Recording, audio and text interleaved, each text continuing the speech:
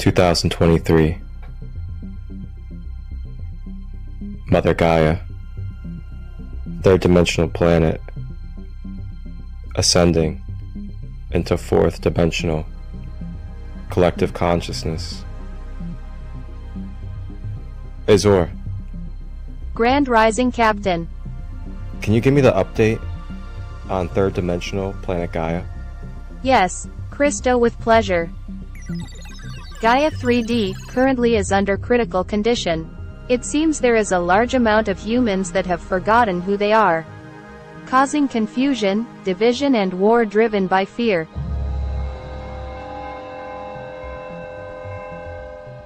Thank you, Azor. Before we head down to Gaia, can you give me any information about the 3D world, as it's been a while since I've been there? Sure, the 3D Gaia. We will face much resistance from negative polarity beings as a dual plane. Karma and Dharma are in effect. There is free will. It will be wise to protect our energy and hold love. Alright, thank you, Azor. Sounds like we have quite the task at our hands. But that's why we're here, and that's why we've been called upon in the Galactic Federation to go down to planet Gaia, the 3D realm. Alright, Azor, let's get ourselves ready to go. Let's hit the time portal and make sure we land in the present day, Mother Gaia, third dimension.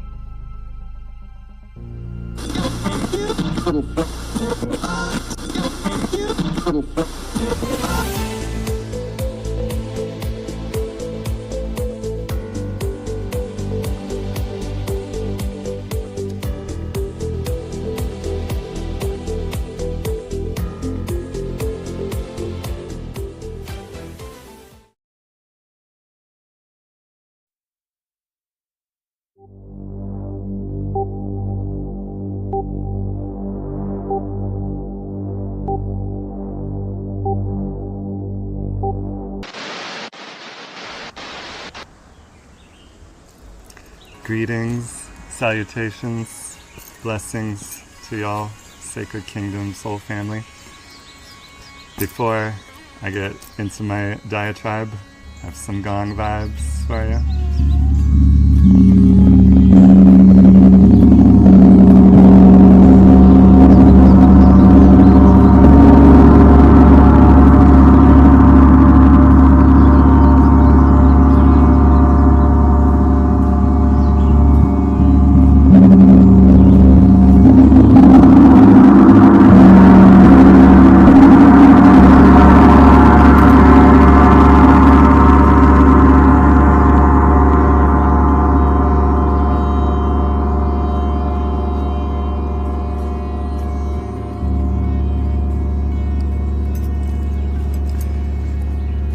If you're not familiar with the gong, if you haven't been to Kundalini yoga classes or gong baths, it's a clearing of the nervous system. I got this, my first gong. Her name's Lyranisto, by the way, which means nameless. Ironic paradox. That was at the conclusion of my first Kundalini training back in 2014 in Cincinnati.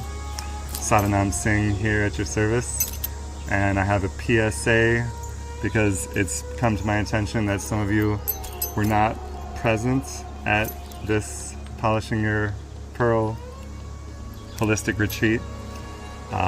So I would like to convey to you some of the teachings, some of the fun and the experiences that we had.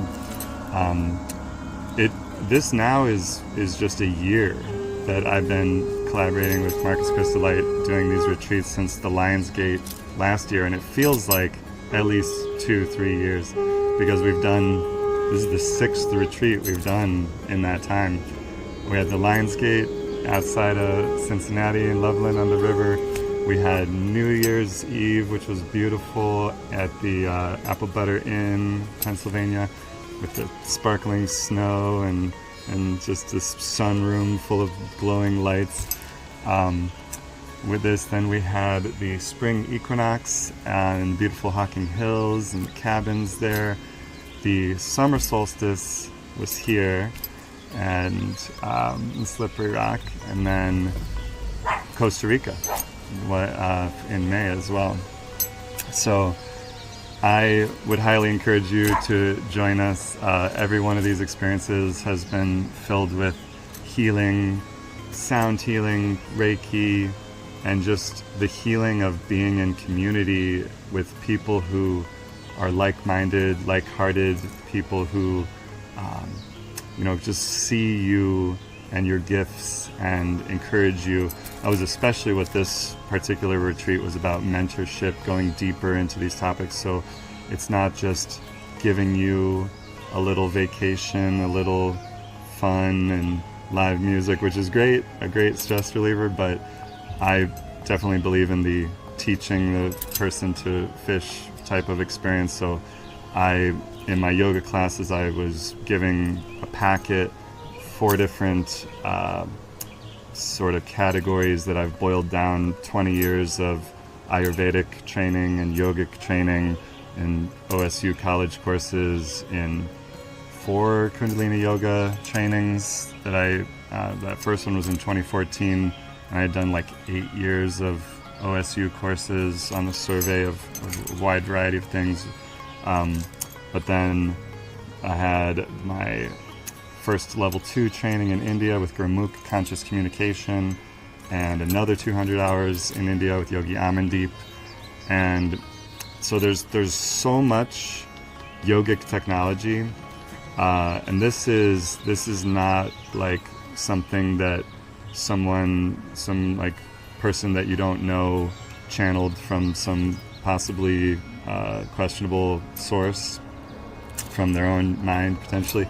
This is hundreds and thousands of years of history of Ayurveda, of yogic technology.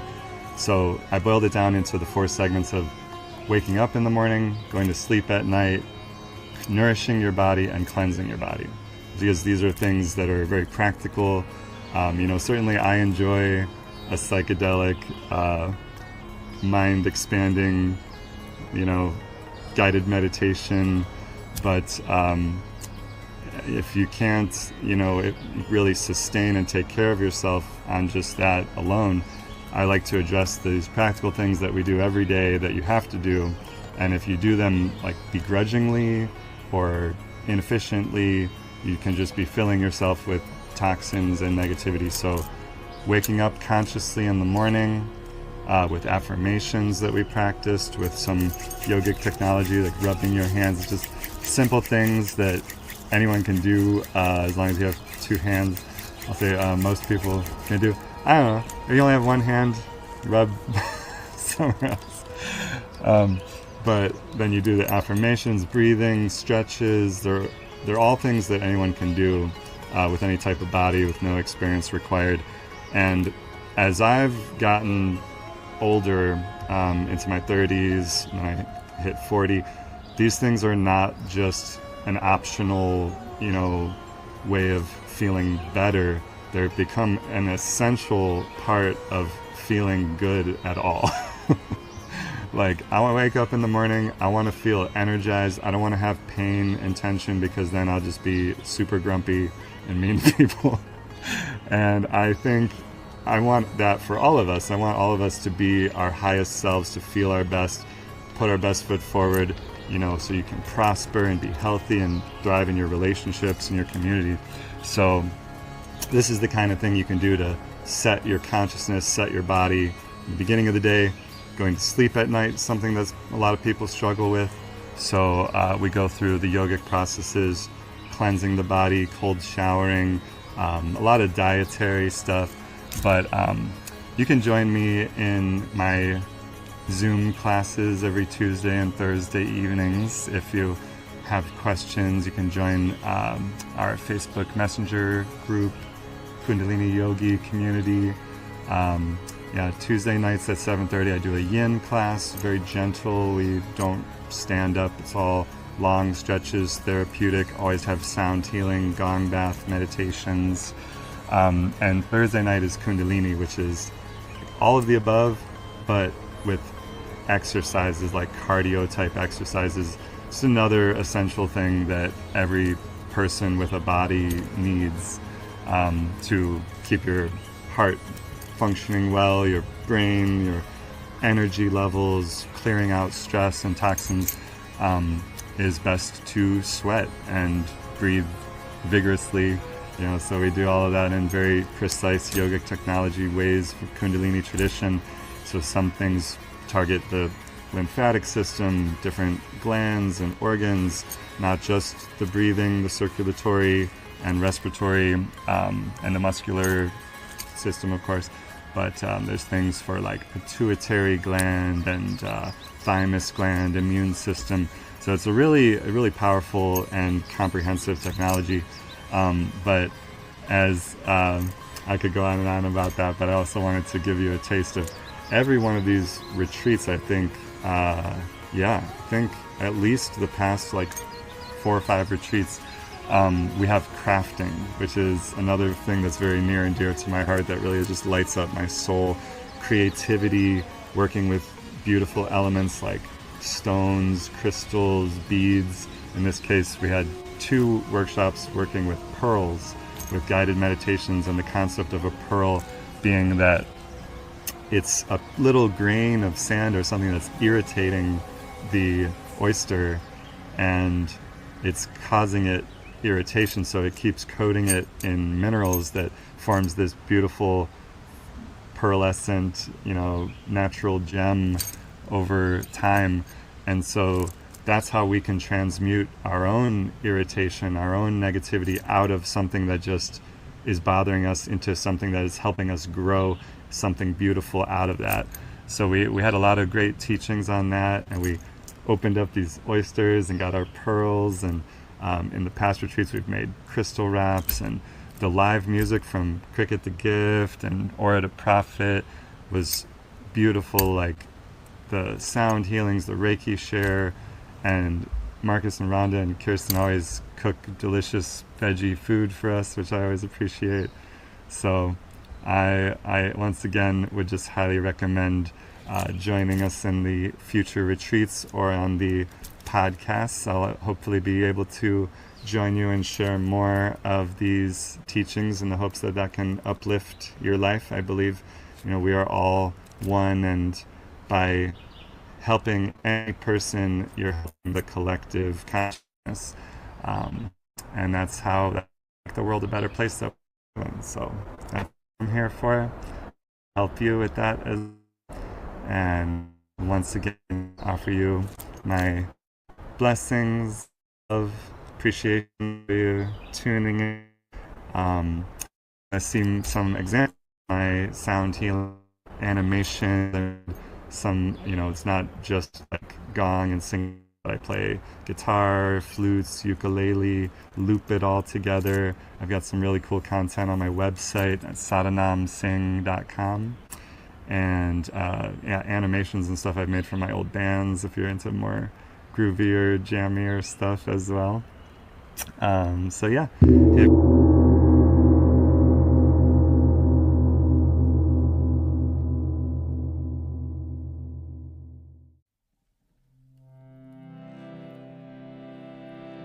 I am currently in Cleveland.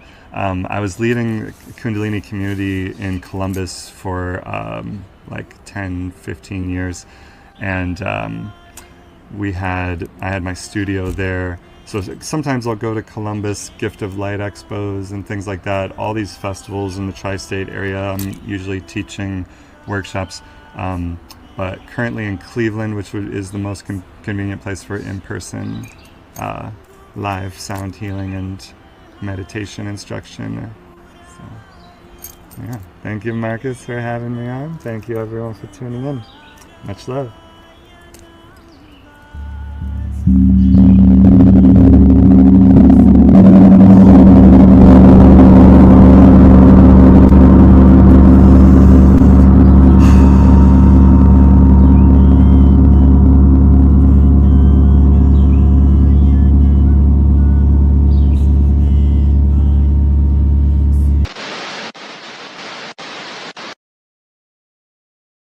Coming in, Captain. Reporting, Captain Christo here. What's going on, Azor? It appears the Star Confederation has surrounded the White House. They are ready to write the new contracts for the systems on Gaia.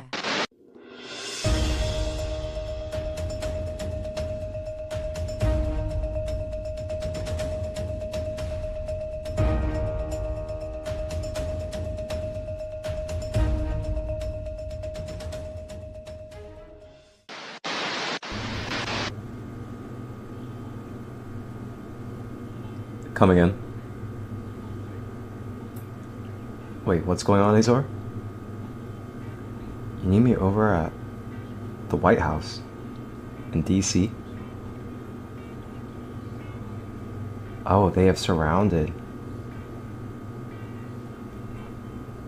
Really, it's time. Wow, okay. Well, let me keep this brief and update our audience.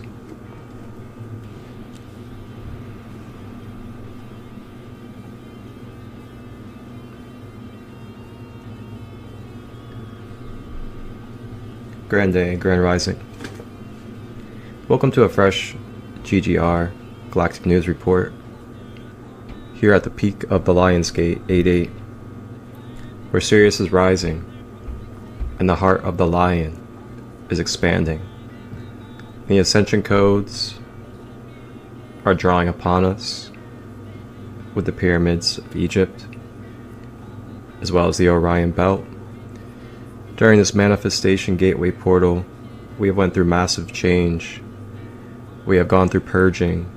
We have gone through ascension symptoms. We have found new clarity and new vitality for creativity. I'm going to keep this very brief to give you guys what is coming up on this galactic guidance report for this week on 8-8. I am Captain Christo, Sacred Light Healing and Wellness, your holistic shaman, as well as media producer and retreat host. Now, I just got word from Azor that they currently need me to make my way over to the White House because there are new contract negotiations being worked out between our star family and those of us on Earth. So I'm going to keep this brief and give you guys some insight on what is to come during these segments throughout this wonderful, wonderful Lionsgate Peak. We are jam-packed and we have many of our beautiful Sacred Kingdom Council members for you. We are going to be connecting with SadaNam, Singh for Kundalini Yoga and Ayurvedic teachings. We will be connecting with Lyranisto for Astral Holistics, Phinix for the Gene Keys, Amy Fox, as we will be tapping in to Cultivating Kindness with the Ascended Masters. We will be learning more alchemy tools through Kara. And we will also be tapping in and tuning in with Dina of DNA Training, with that herb, right? Sarah and then with of the course Earth and we'll Energy also Report, touch on a chakra spotlight. Missy, the Cosmic Oracle, as well as myself, Christolight, where I will be giving you your chakra of the week. We may have a surprise and we may be having a first time joining with Kadril Mara, as she may be attuning us to the Egyptian side of the transmissions. So get ready for a jam-packed 8-8 Lionsgate Peak as we continue to transform, transmute, and awaken. I wish you all a wonderful, wonderful end to your Lionsgate. And I gotta go off to the White House in DC as we renegotiate the new contracts for planet Gaia. Captain Christo out. Hello everyone, my name is Andre and I'm going to speak with you regarding astral holistics, and I wanted to bring you into my world of astral dream works and just weaving the dreams with, elemental allure, and help give you an understanding of how your dreams work versus astral traveling. So I want to also give you a background on me. I am a military veteran. I was 17 years in the Air Force, served both reserve and also in active duty. And during this time, I've been through a lot, just like many of us growing up, and many of us have dealt with throughout our lives with many different situations that we were put through. As for me, I had my siblings, and we were all kind of military affiliated in some way or form.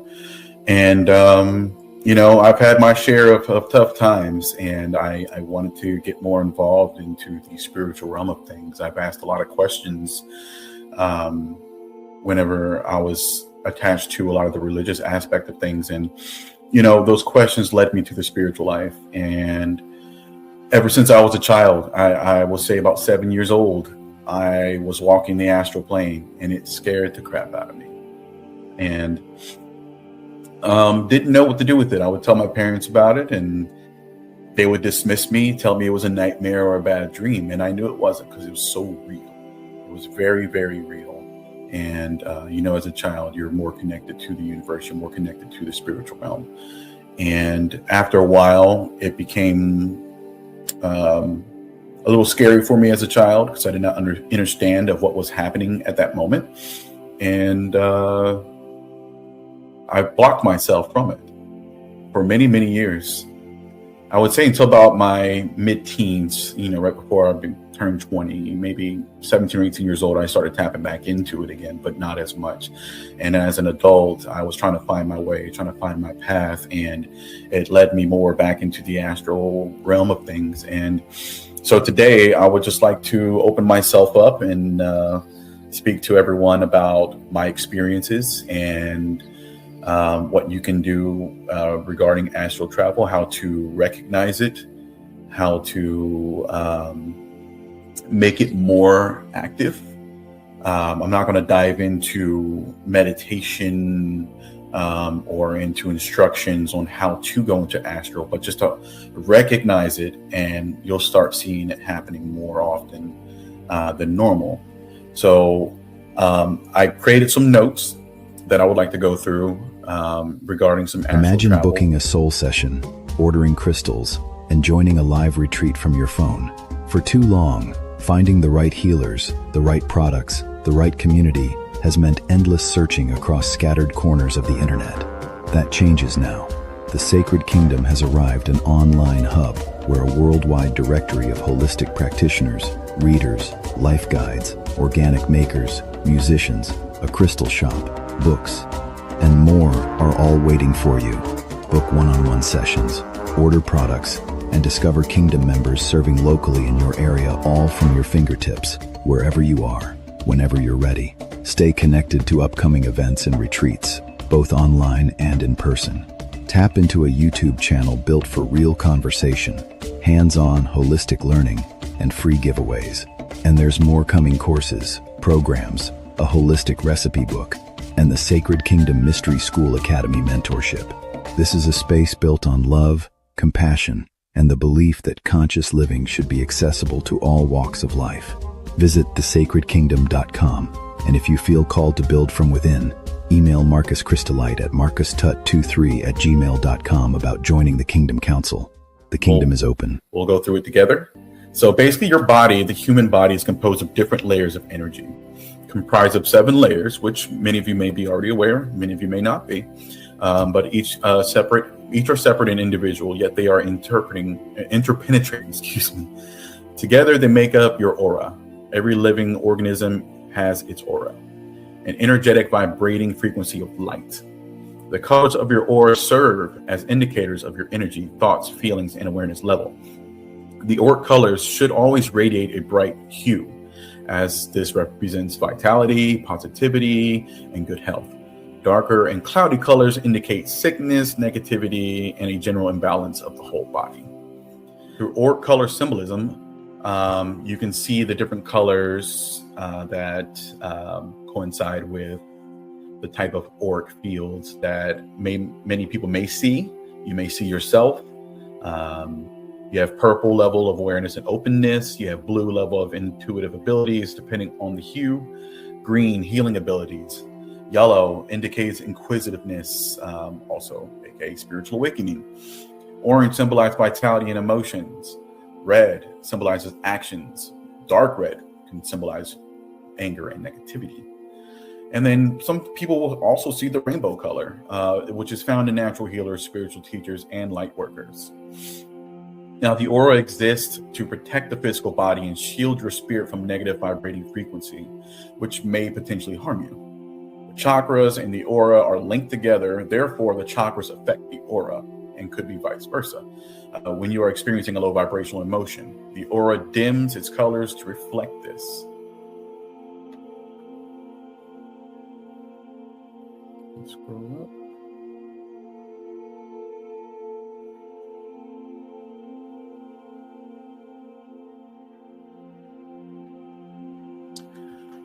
Now, in the same breath, it brightens and expands its radiation when your vibrational frequency is at a high.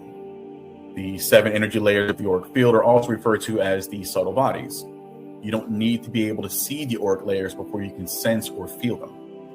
All you need to know is to understand what they are and how to work with them. Now, once you know this, you will be able to tap into them to achieve things such as tuning your thoughts, tuning your emotions, or having an out-of-body experience, OBE.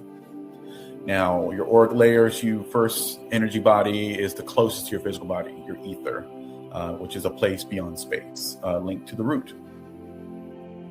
And you have your emotional layer, your second subtle body. It's about 3 inches from your physical body, the bridge between the material and physical body, and it's linked to your sacral. Then you have your third layer of auric field, which is your mental layer, responsible for the formulation of thought process, which is hooked to your throat chakra and solar plexus chakra. And that's about 3 to 8 inches from the physical body. And then you have your astral layer, your fourth layer, and that is connected to the heart chakra. It sits about 1 foot from the physical body. It is home to the spectrum of light that is continuously moving. Then you have your etheric template layer, your fifth layer from your physical body. Now that is connected to the throat chakra. The etheric template body channels everything on the physical plane into being. And then you have your celestial layer, which is your sixth subtle body, and it's connected to the third eye chakra, also called the spiritual body. That serves as the bridge between you and connection to all things, including your true self to the universe. It is the place where awakening and the enlightenment begin. And then you also have your Keteric template layer, which is your seventh and final layer, connected to the crown chakra, extending 3 feet outward, and it signifies your connection to the universe. It is where you become one with the cosmos, the higher being, and the divine. It is a state of higher awareness. The Keteric layer holds the auric field and each chakra together, and this interfaces between you and everything else. And once you connect all that together successfully, you can unlock the Akashic records. You'll have access to it for yourself. You can help others with it. And then also have a lot of things like out-of-body experiences. I can have that myself almost every single night. There are times where I practice meditation to purposely have an out-of-body experience. And for those who don't understand or know what that means, it's a state where you can sense your consciousness slip out of your body, and generally involves a sensation of floating or even walking the astral plane. Now, with this being said, I would like to kind of get into a little bit about my experiences with out of body. And like I said, I have them almost every single night. Even when I sleep in the afternoons, just to get a little siesta, I tend to have them very heavily during those times. And I receive a lot of messages, whether it's symbolism, whether it's through numbers, whether it's through animals, music, or even my own guides coming to me to speak with me. So with that being said, I would like to read a little story for you all so you can have an understanding of what I experience sometimes.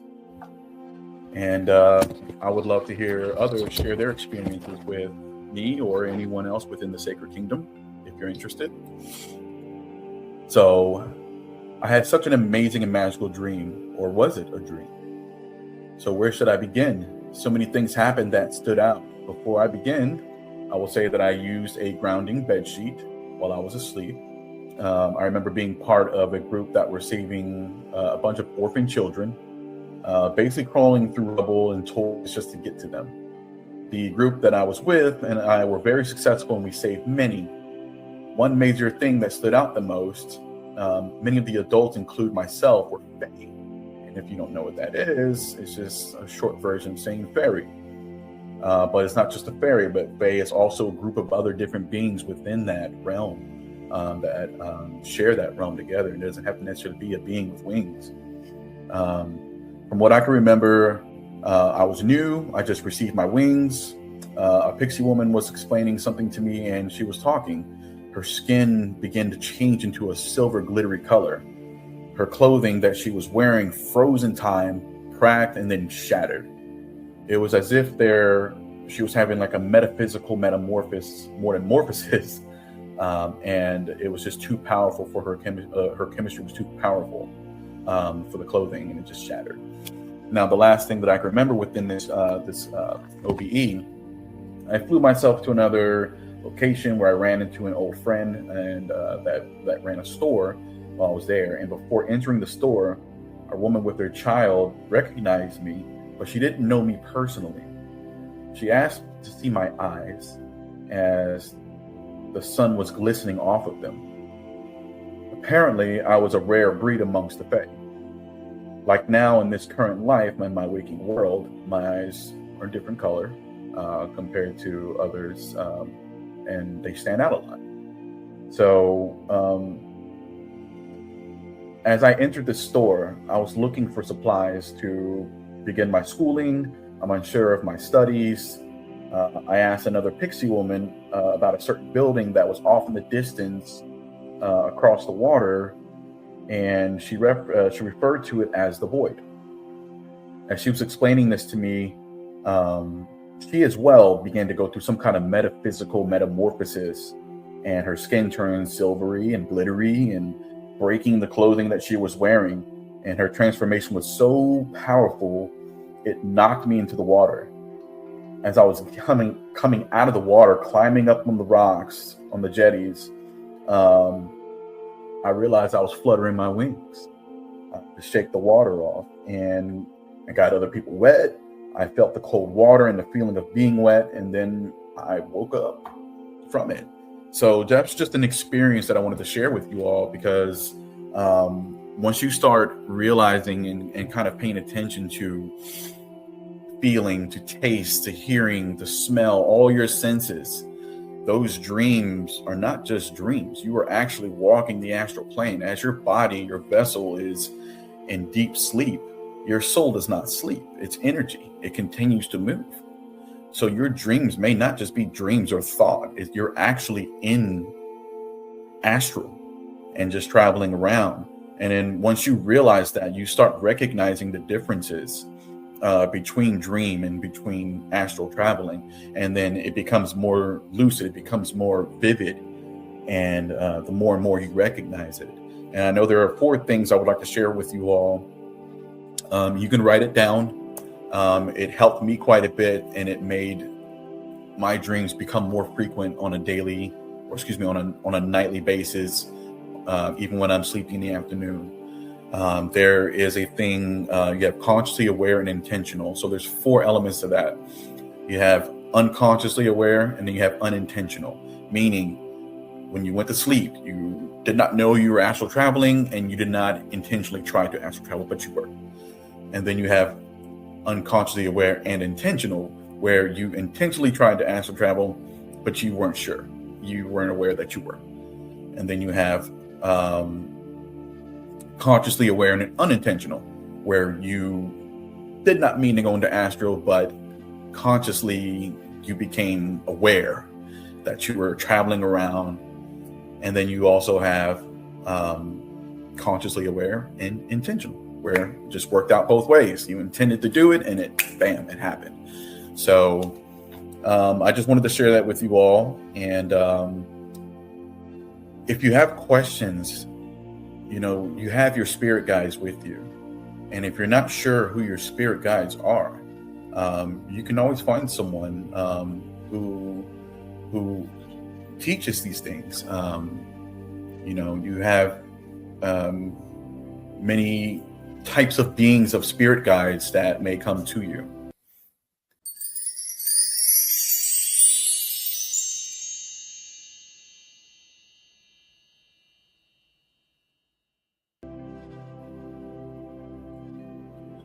All right, so who are my guides? You have your spirit guides, which could be just you can have been embodied and have graduated from the human plane. We all have at least one guide. It can be your higher self. Many can have multiple. I have multiple guides as well for me, and they're all from different places. But I do have many that stand behind me, and I'm sure many of us do as well. Then you have your angels. They're from the angelic realm and can generally don't embody as humans, but they each have specific roles, and you can always ask for more. Then you have your archangels, the overseeing archangels that offer collective and specific assistance, like divine support, and they are omnipresent. You have your ascended masters, beings like Yeshua, Buddha, Ganesh, teachers that were known to live here on the earthly plane, that are highly leveled in their spiritual selves and their embodiment, and then you also have your light beings, who are etheric assistants that are less earthly based. We don't always see them, but you can feel their presence, you can feel their energy. But I know whenever I'm going through these, and before I go to sleep, before I go into meditation, I call upon my guides. I want them to be there with me, to protect me, to walk me through, to guide me. And before you go into any meditation, and this is what I do every night before I fall asleep, I create an energetic protection boundary around me. You should always do that, no matter where you're at. Even if you're just walking in a theme park, protect your energy. Because there's many people in a theme park, and there's many people walking around everywhere, and they may not even realize it, but they could be just absorbing your energy. You're like tired all of a sudden. So just keep that in mind. Protect your energy, whether if you're going through meditation, right before you go to sleep, even if it's just a little cat nap, just create a circle of protection around you. Call upon your guides to assist you, and then make sure you thank them. And with that being said, I would like to thank you all for being the audience and listening in on everything. I really do appreciate it. This is totally a new thing for me, being online and speaking about my experiences to everyone.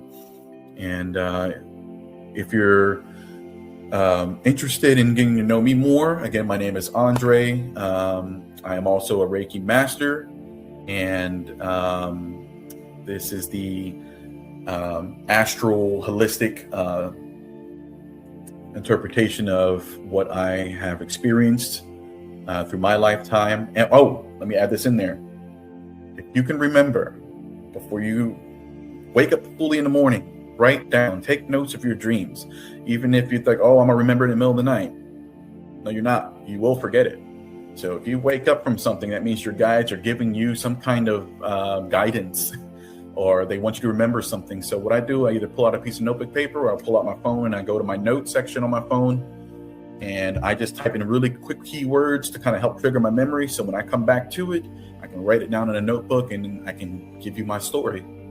So that'll help also remember your dreams over the time. It'll help you make your dreams more vivid and lucid. And if you'd like to know more, and if you want to hear more from me about the stories, or if you'd like to learn more, please contact us through Sacred Kingdom. You can email me, you can call me. I have Messenger, I have Facebook. I don't have Instagram or anything like that, but you're more than welcome to contact me in any other way. And I do appreciate everyone. Love and light to you all.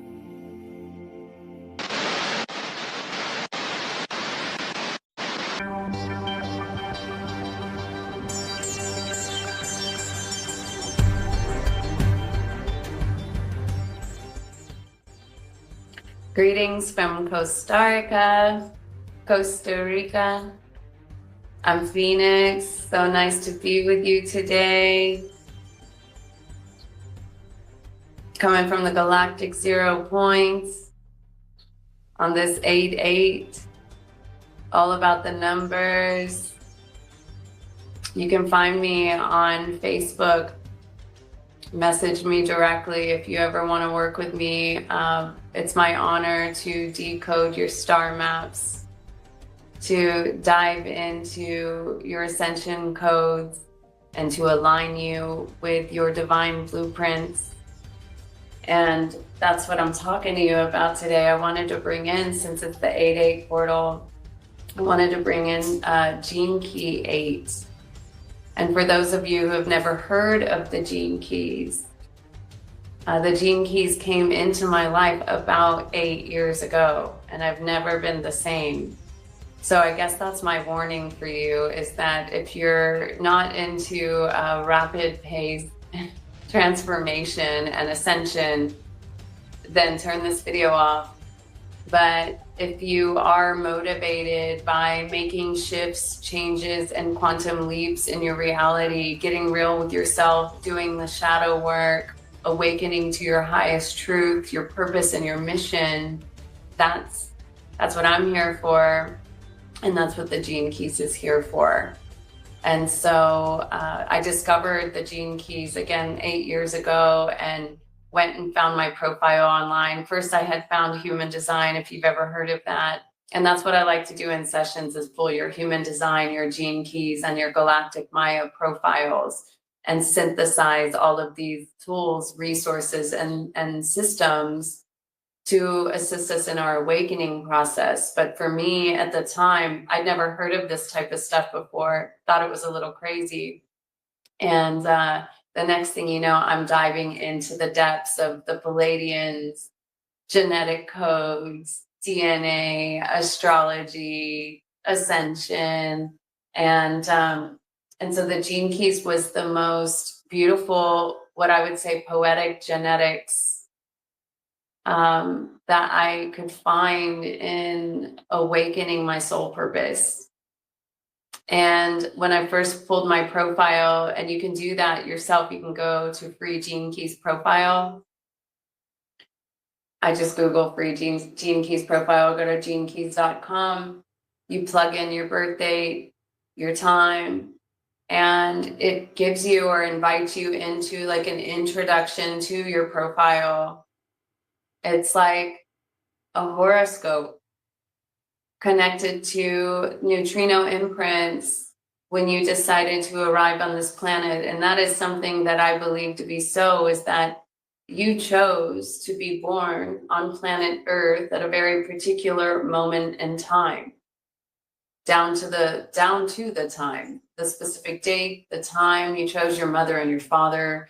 You chose the location and the grid points that in this galaxy that you would arrive into and incarnate into a physical human body. And when you start to remember that truth, you start to open your eyes and pull back the levels, take an eagle eye view and see the bigger picture of why you chose that. And that's what helps you really turn on your original memory connected to source, because a lot of times it feels like we've come down to planet Earth and we've forgotten who we are. We've had a little bit of amnesia. And so through these collective codes of awakening, you start to open up and remember who you truly are. And so you have a particular geometry about you with your particular numerical codes.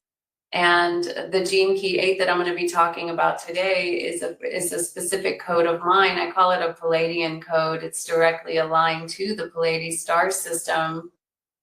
I have it in what's called my evolution sphere, which is the sphere I'm here to break through. And I also have it as my Chiron wound. And so you can pull your profile and see where you might have it in your chart, or maybe you already know your chart. And I also always say there's 64 codons of DNA. So when you first pull your chart, you have 11 particular codes that you're working with. But ultimately, you have access to all 64 of these codes. And that's actually what the gate 8 is all about, because it can It's here to unlock all of what are called the cities. In each gene key, there is what's called the shadow frequency, which some people might call, I might call the third dimension of fear and survival. Ultimately, we're all kind of encoded, and operating at the shadow frequency. And that's what's so beautiful about unlocking these codes, is that it's a really healthy and fun and exciting, intuitive way to work with your shadows. And then to be able to see them in a way that you haven't been before, to be able to identify them, witness them, and then to open your heart into the next level from the shadow, which is called the gift level frequency, which I call your heart frequency, which then invites and opens you up to the Siddhic frequencies, which are about bringing your divine essence down into the body to embody your higher self, where the higher self is no longer separate from the lower self, but that we're bridging the worlds between the higher and the lower, within the upper and the lower. And so within the gene key 8, the shadow of this key is mediocrity. And so when you sit with that word and you think about the word mediocrity, you can ask yourself, where am I living a mediocre life? And I hear this like this old song in my head, I don't want no mediocre, I don't want no mediocre, I don't want no mediocre. I can't remember who sings it, but that just like popped into my head. Okay, so the gift is called style, doing things with style. I'm here to bring that style. I got my galactic friends with me today, by the way. So this is my master Atlantis crystal. We've got two Andaras here representing some Egyptian codes. And then we've got the city of exquisiteness. And gene key 8 is called the diamond of the self. Right? So you can just think of that, the diamond of the self. It's about being yourself. And it's about not falling into the trap of fitting in. It's about breaking out of the mold.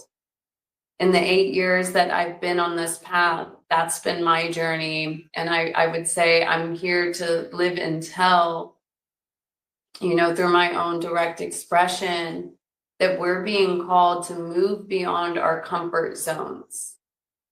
In the shadow of the 8, it talks a little bit about how sometimes we need to have a shocking experience, like a death or something serious happen in our lives, to initiate us into the next level of our awakening, to awaken us out of the mediocrity.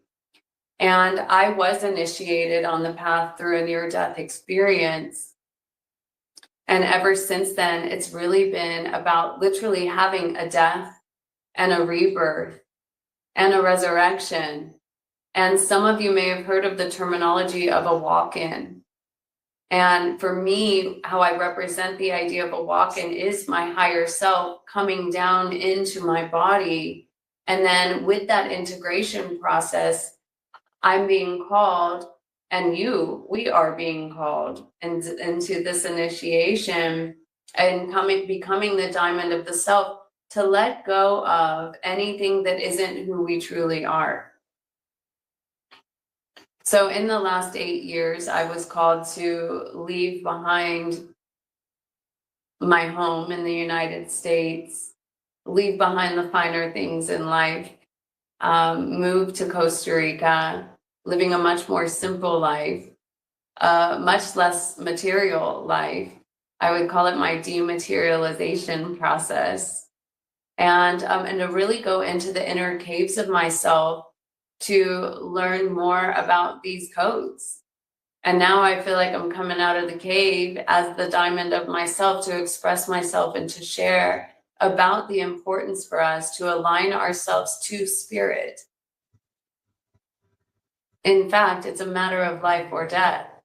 So that's the galactic message of this day, is to invite you to really identify where you've been living in mediocrity, where you've been living in comfort, where you're now being called to rise up into something new. So I'm going to read you a little bit about Gene Key 8, which I wrote here, cosmic beams and streams. All right, so we're just going to read a little bit about it. Beyond the comfort zone. When you look at the world in which we live today, especially the Western world, it is quite extraordinary how many people live such similar lives. The eighth shadow, like all the shadow frequencies, is founded upon a specific fear. And in this case, it's the fear of being different.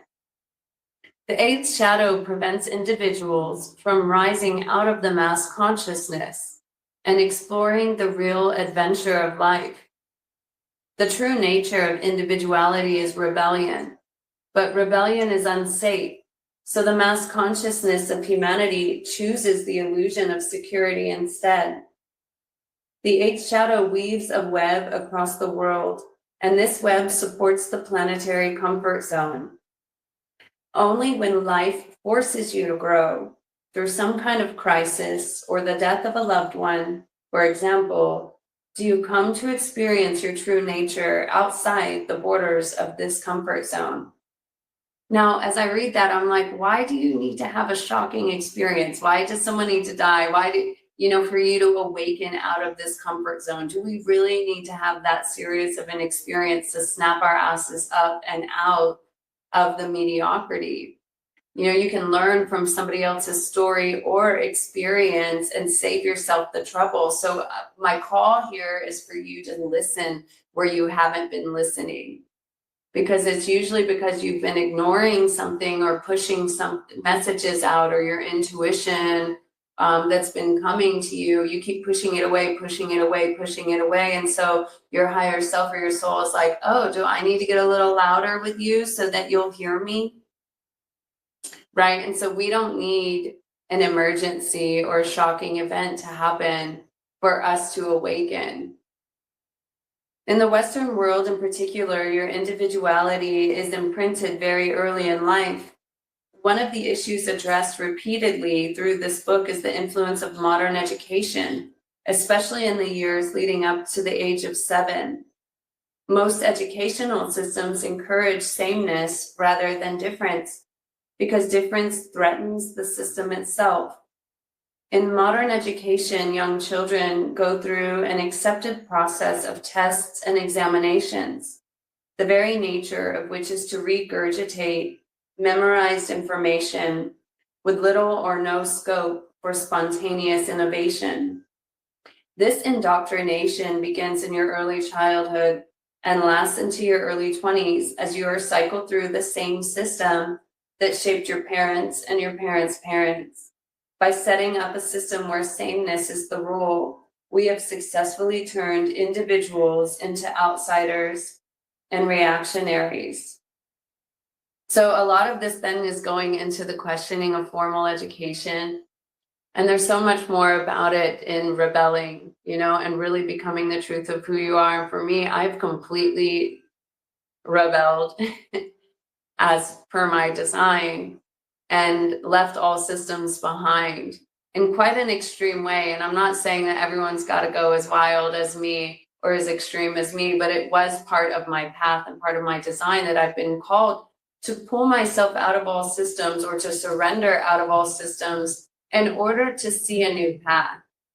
And that is the path for me. Maybe it's the path for you, maybe it is not the path for you, but I only live to tell as my unique expression, as the diamond of myself, that we're all being called to the path that we chose before we incarnated on this planet.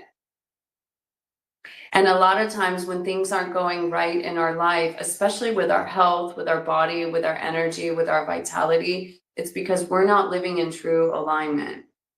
And so we're all getting that call to Jesus, that come to Jesus moment, so to speak, where we're being, it's just an expression, like, am I on my path? Am I living my true purpose? Where am I living a lie? Where am I hiding? Where am I settling?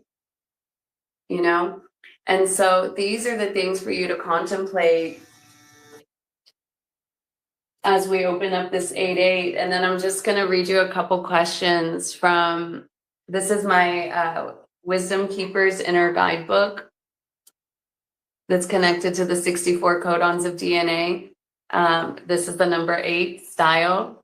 And I'm just going to read the questions for contemplation.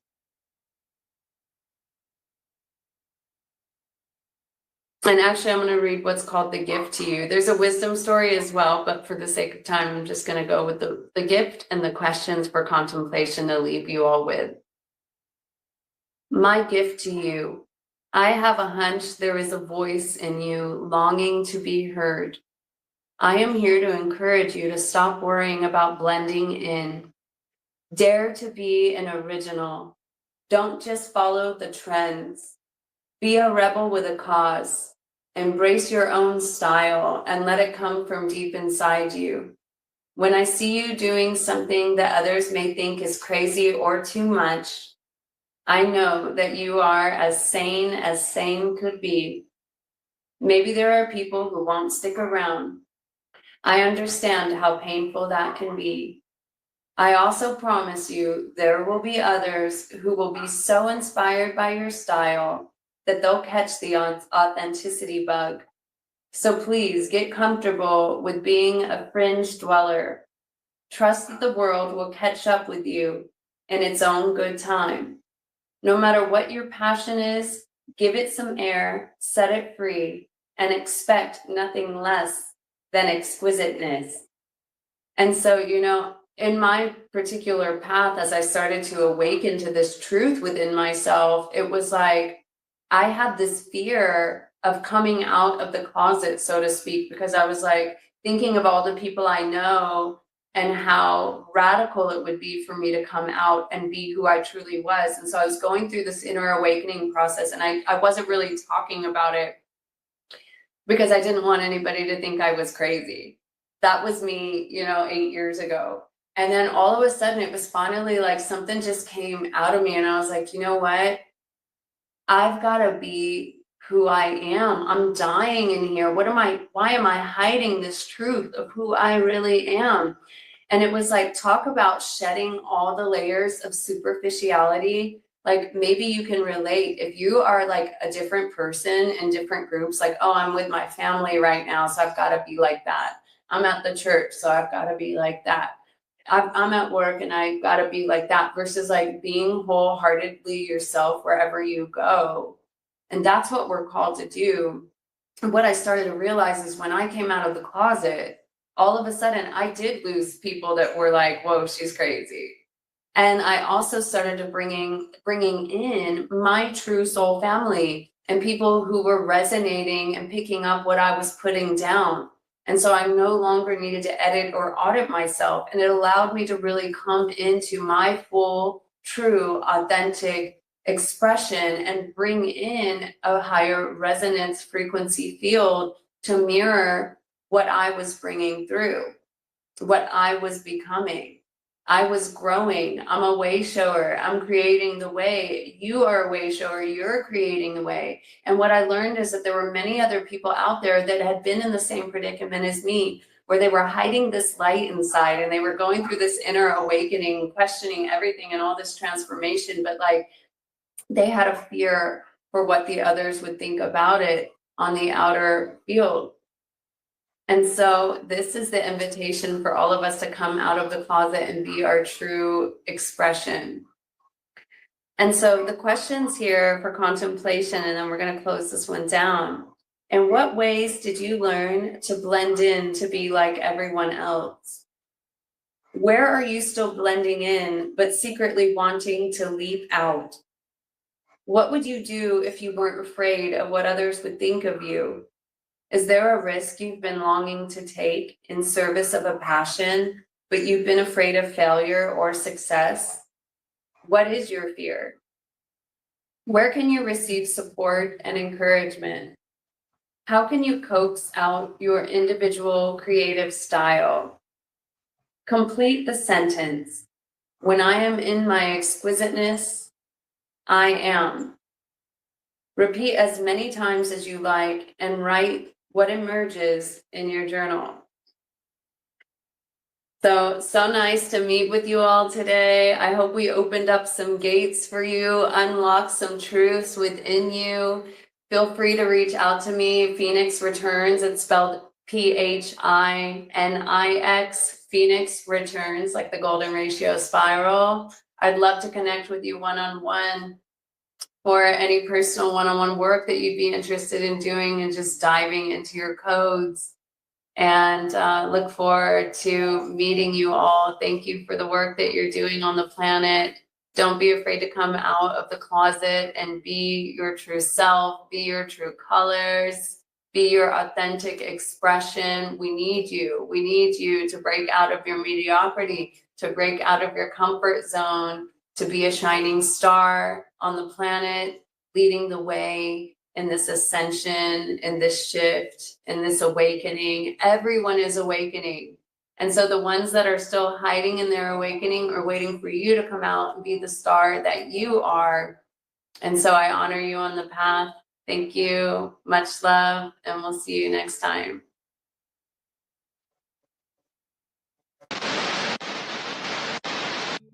Hi everybody, my name is Kara. I wanted to give you the rest of a message that I received on the day that the Lionsgate portal had opened. This comes through from Ascended Masters. It comes through from animal spirits, or animal medicine is how I like to receive it.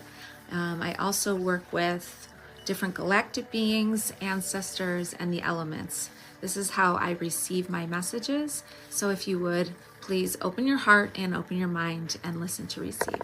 Thanks. The codes of the medicine women, the ancient codes of the medicine women, the ancient codes of the divine feminine, the primordial wisdom of the feminine is awakened, divided across the rivers, flowing in the veins of the earth, reaching the banks of the wisdom keepers, nurtured and harvested by the plant guardians, alchemized and shared by the medicine women during this lifetime. The medicine will cycle back into the water system and shared for all. It will rest and leach into the soil, and once again, the cycle will continue until all have reached, molecule by molecule, into the rain to feed, the rain to water the people. This is why they must turn back to nature and ingest the good food. This is why we must crumble, the systems will fall. The activations are slow across many, many, many lifetimes, across many lands, across many processes, except for those alchemists who know the way of the water, the way to pass the message, the way to pass the healing. This is your prayers. This is your prayers. Stay close to the ancient ones. Let them guide you. Tend to your water. Water yourself. Water the earth. Water the needs of the many. Thank you. Thank you, Sun Otter. Some will work with the scribes. Some will stay silent. Each will receive a slight irrigation of understanding. This completes permission. For each of those specific souls, this is your karma. Thank you. I wanted to share with you is that I work with the ancient primordial mother. This is who I receive my messages from mainly. I've been told this by other people outside of my own knowledge and understanding of my connection with this being. So I hope that the messages have brought you some sort of insight on where we're at right now in our reality and what our responsibilities are. Here's a few tips for working with the Lionsgate portal. So I personally am somebody who loves to charge water.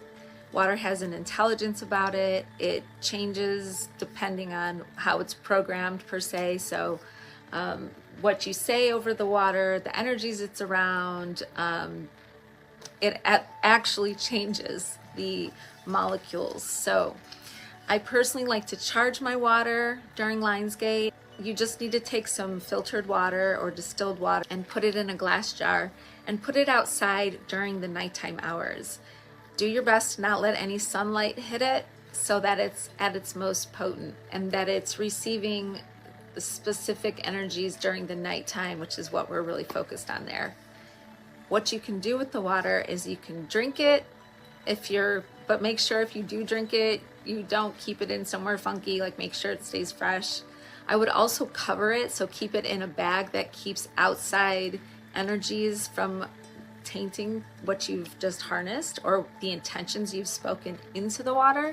You can use it for bathing, you can use it for rituals. I like to make sprays and just like add essential oils and spray myself with it. That, alongside with the use of crystals, work with like citrine or pyrite, are really good for the abundance codes. However, you want to open your heart as well. So malachite is amazing for transformation. So any green stones really, or ruby zoisite is really good. Rose quartz is always beautiful.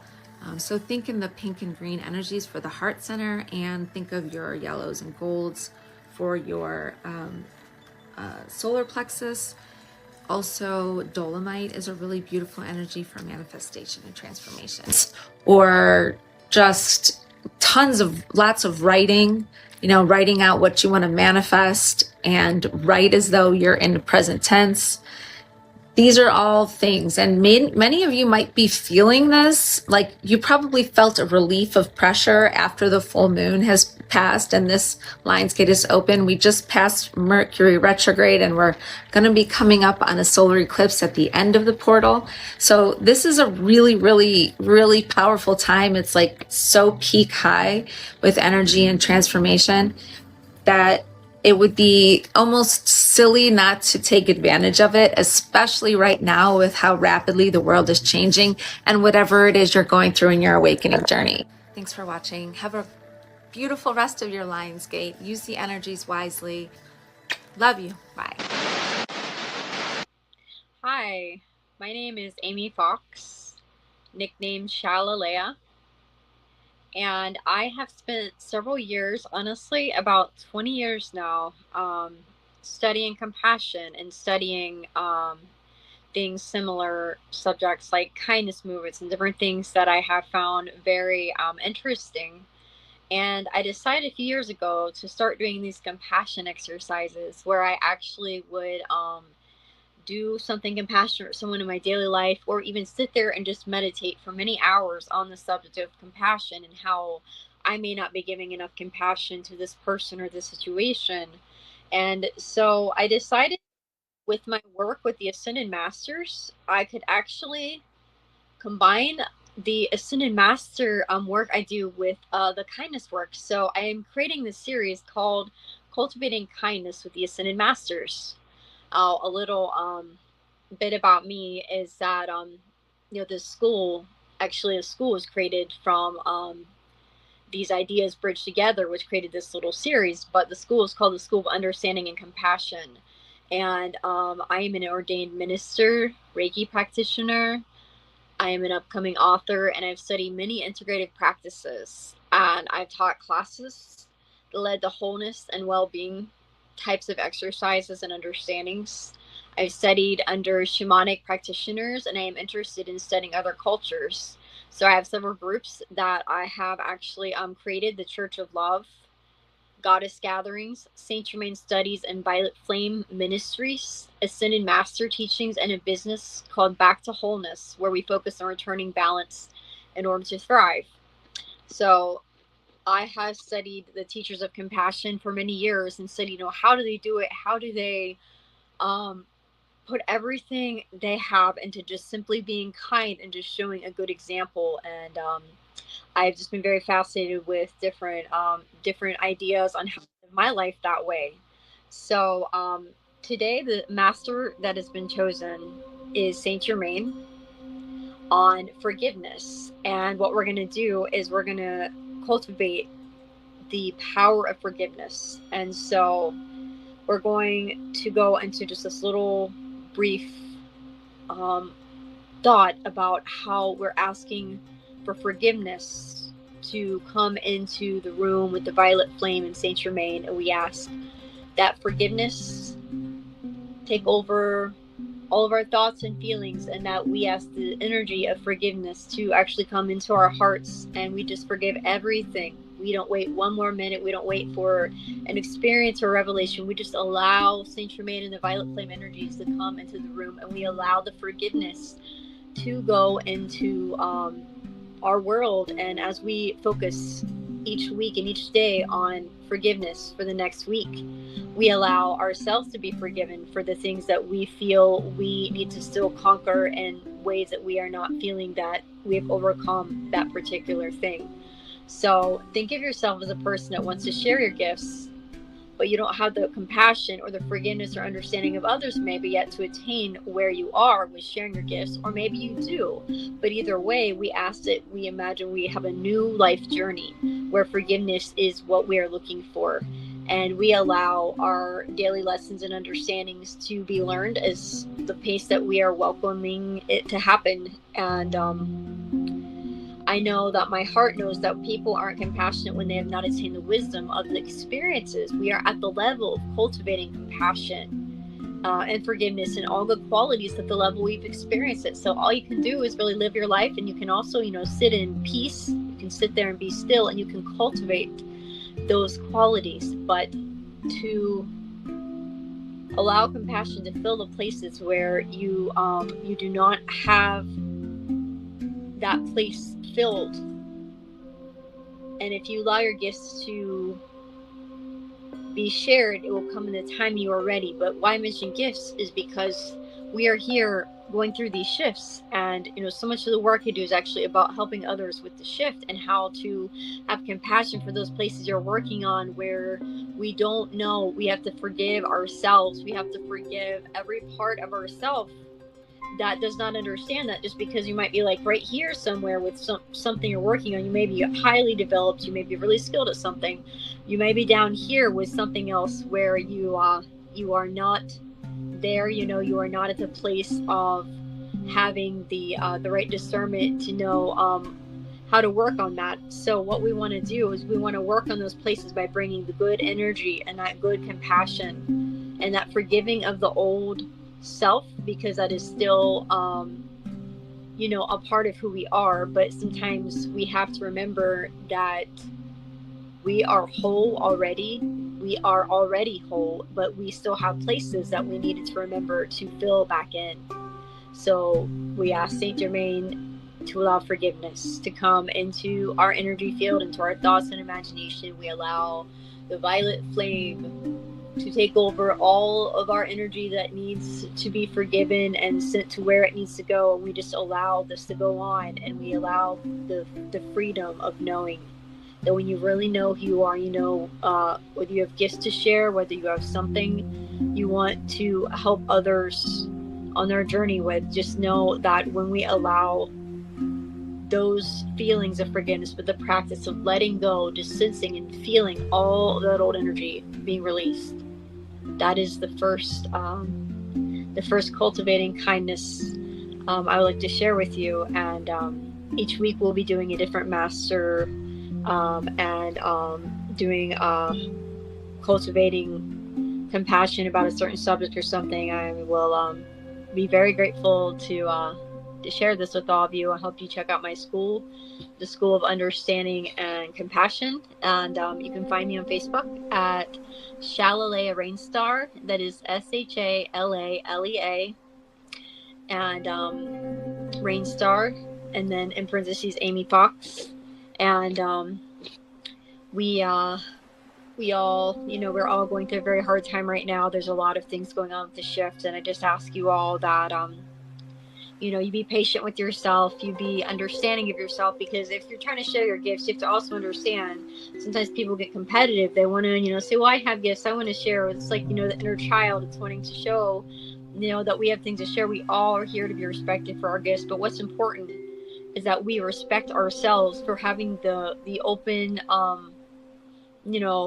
mindedness and hardness to be willing to share those gifts. So I thank the Ascended Masters and all those that have ever helped me on my journey to allow me to be where I am. It's really about wholeness and just returning to wholeness.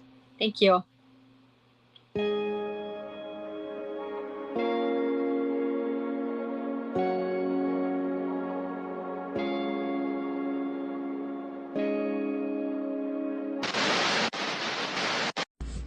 Hey guys, it's Dina with DNA Talks, and today I would like to speak to you about giving yourself a little grace while you're going through changes.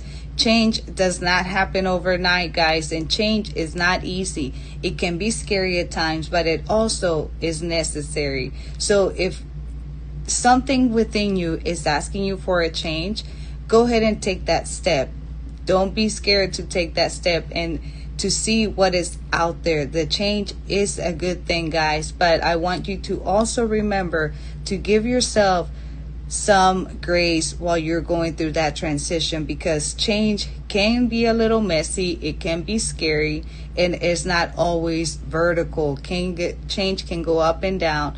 So I want you to remember that while you're going through those changes, through those transitions, give yourself a little grace, and always remember what it has taken you to become that better version of yourself. So today, guys, I want to leave with this message. Don't be scared of change, and give yourself a little grace and patience while you're going through those changes. As always, remember how valuable you are, and you are capable as well. Thank you for watching. I am Dina with DNA Talks. She didn't just change her body. She rebuilt who she was entirely. Meet Dina Morales, founder of DNA Training, and your host for DNA Talks. This is a show for women who are done with surface-level change. Real, raw conversations about fitness, motherhood, healing, confidence, discipline, and becoming who you were always meant to be. Transformation from the inside out. New episodes every week, right here on YouTube. Subscribe to DNA Talks, and let's get to work. DNA Talks. Stronger starts here. Grand day again. Captain Christolight, here to give you your chakras of the week. And yes, I said chakras with the S, because I have two chakras that are going to be a nice, lovely pair for you guys to help you on this peak of the Lion's Gate 8-8, as well as move into the ending and closing of the gate on the 12th for your integration moving into the new moon. Now, the chakras that I'm going to go over today with you guys, number one is going to be the sacral chakra. And then number two, the throat center, the throat chakra. So yes, the throat and the sacral are the chakras I will be covering today with you guys briefly in this Galactic Guidance Report as I give you your chakras of the week. And then I will also give you a lovely archetypal guide, send the master being to be able to integrate and draw the teachings from to help with this balance of the sacral and throat. So without further ado, let's go ahead and waste no time and bring it on over to ascensionglossary.com. So ascensionglossary.com has the sacral chakra as the second chakra, and then the root chakra as the first. So I'm going to go ahead and read here first before I pull up my graphic and allow you guys to be able to read more in depth about the characteristics and details. So the second layer is the subconscious instinctual mind of the lower emotional body and relates to the second chakra or the sacral, located about 2 inches below the navel. The second chakra is also called the pain body. It is related to the emotional and feeling aspects of life experiences. Our sense of abundance, well-being, and sexuality is related to this chakra. Most traumas experienced that have not been resolved or released will create energetic blockage that lodges itself in this area. It tends to be the most difficult energy body and chakra for the human being to master in this plane of reality where low expressions of duality such as suffering and brutality exist. Most of the 3D human population is polarized and stuck in the human's experience of the second chakra or pain body. This is where human enslavement can be focused upon by the counter-evolutionary forces of the negative agenda. They're stimulating the second chakra imbalances of power, greed, addiction, and sex. These negative emotions emanate from the lower nature of the desired body residing in the second chakra. Now, that's all I'm going to read from Ascension Glossary, but those are some great ways to really start off this chakra conversation. And think about journaling and really reflecting on any of these kind of things that you may be dealing with in your life right now. So now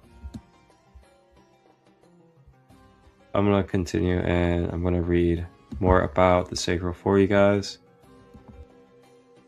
So the sacral chakra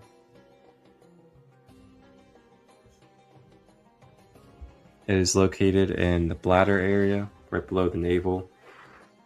The color it is associated with is orange. The frequency that it resonates at is 417 Hertz for sound healing.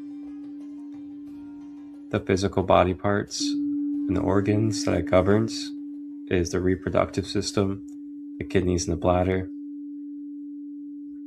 And then it is also what governs our sexual life force energy or creative energy or vitality. And then it's the pleasure center of our sensory, inner child, feminine creativity, and intimate relationships.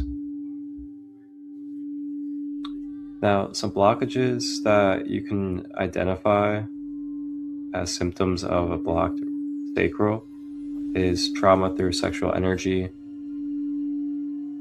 emotional wounding, fear of being seen, having no passion, creative blocks, afraid of intimacy, repressing thoughts and emotions, and not having any fun. And then overactivations could be spiritual bypassing, leaking of sexual energy, being extremely childish, escaping with creative energy, being overly affectionate to unhealthy outlets. Now, some crystals that you can connect with for the sacral, you have pyrite, orange calcite, tiger's eye, citrine, snowflake obsidian, sunstone, moonstone, and unakite. And then if you want to do a diet with the sacral for this week, you can eat things like carrots, mangoes, oranges, orange pepper, peaches, apricot, sweet potato, flax, almond, walnut, and sesame, and then coconut and cinnamon. And then here's a few practice strategies that you can utilize for the sacral. You can do yoga poses like goddess pose or reverse warrior. You can do inner child play, such as watch your favorite shows or movies, anime, do things like creativity and flow arts, dance to music, and of course different meditative practices. And I'll give you guys an affirmation for the sacral as well. And the affirmation for the sacral: I am free to enjoy what I love and opens me up in my innocent nature. I am free to enjoy what I love and I am open, and it opens me up in my innocent nature.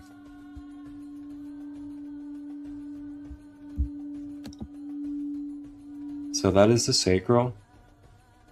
Again, it is where we cultivate our life force energy from our vitality of the root up the system to be able to have the energy and vitality to then project it through the throat out into the world creatively.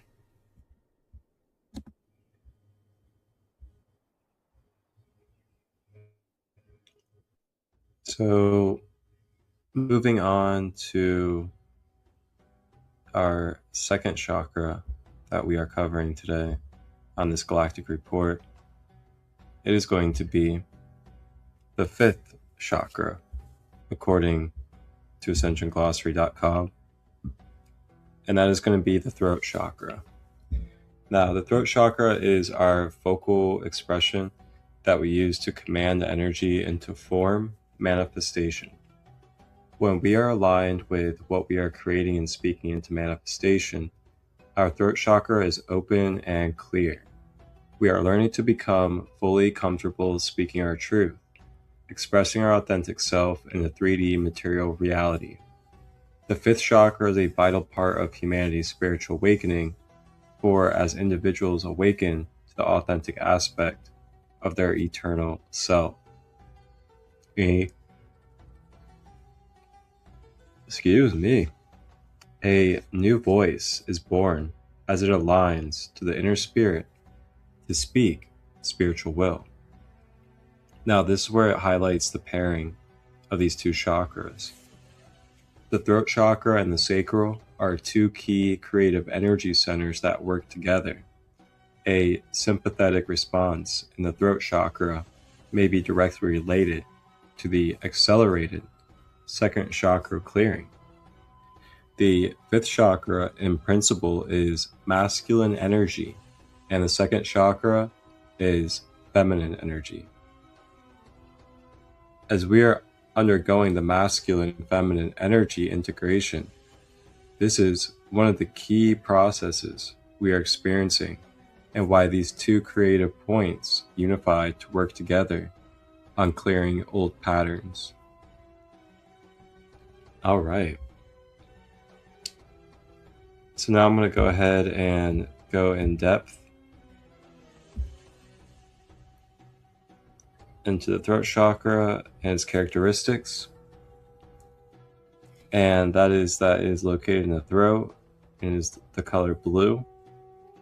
The frequency is 741 hertz.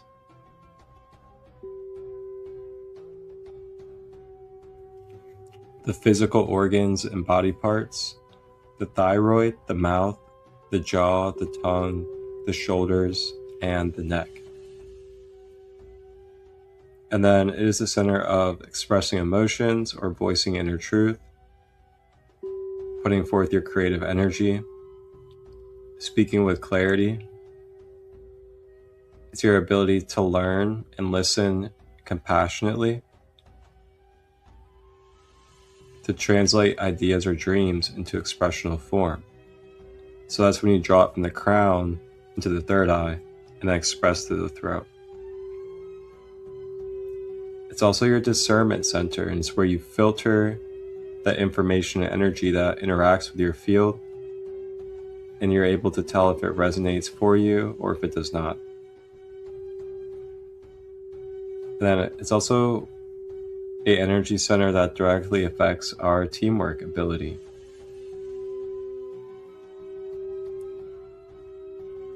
And then also it mentions integrity. So just having the integrity to know when to say something and when to be a certain vulnerability. Some key blockages and overactivations: we have ear infections and sinuses, tight shoulders and wings, fear of expressing yourself or defending, having a hard time retaining or receiving information,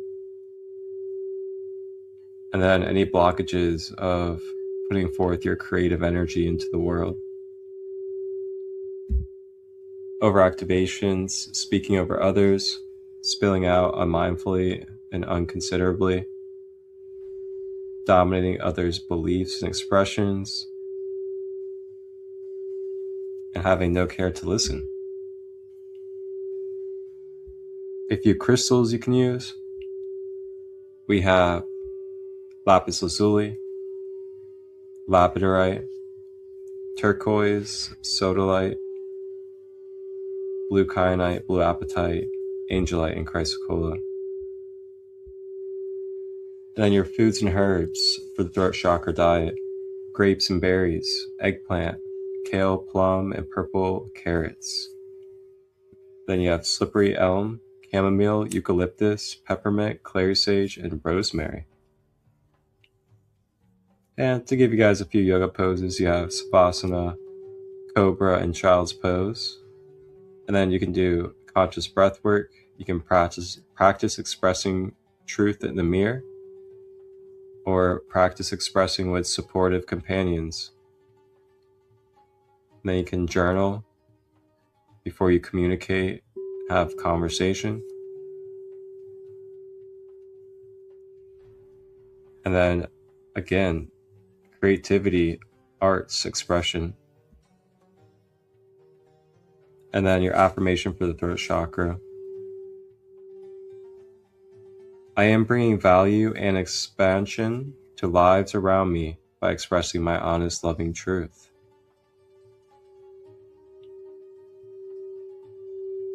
I am bringing value and expansion to lives around me by expressing my honest, loving truth.